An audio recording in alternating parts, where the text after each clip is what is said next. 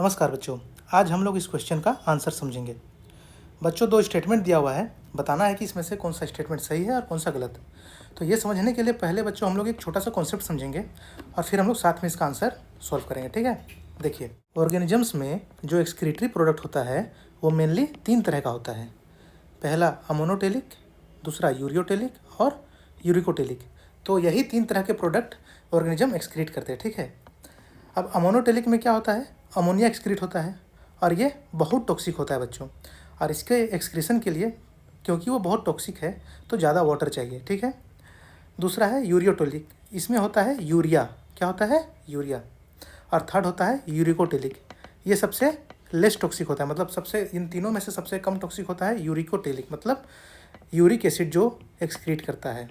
ठीक है, और अगर ये लेस टॉक्सिक है तो इसमें वाटर भी कम चाहिए। अब तीनों का एग्जाम्पल समझिए। अमोनोटेलिक में एग्जाम्पल है फिशेस, एम्फीबियंस।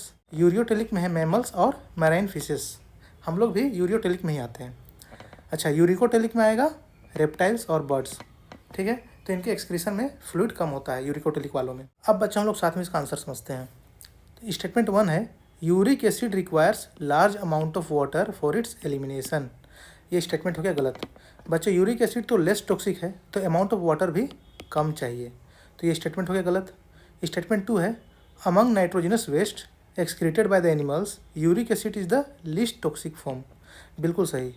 जितना भी टाइप ऑफ एक्सक्रीशन है उसमें जो यूरिक एसिड वाला है, मतलब यूरिकोटेलिक, वो है लिस्ट टॉक्सिक। ये स्टेटमेंट सही है।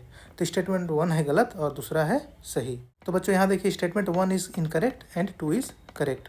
ऑप्शन नंबर 2 हो गया सही। ठीक है, तो बच्चों हम लोग फिर मिलेंगे अगले वीडियो में अगले क्वेश्चन के साथ। Thank you.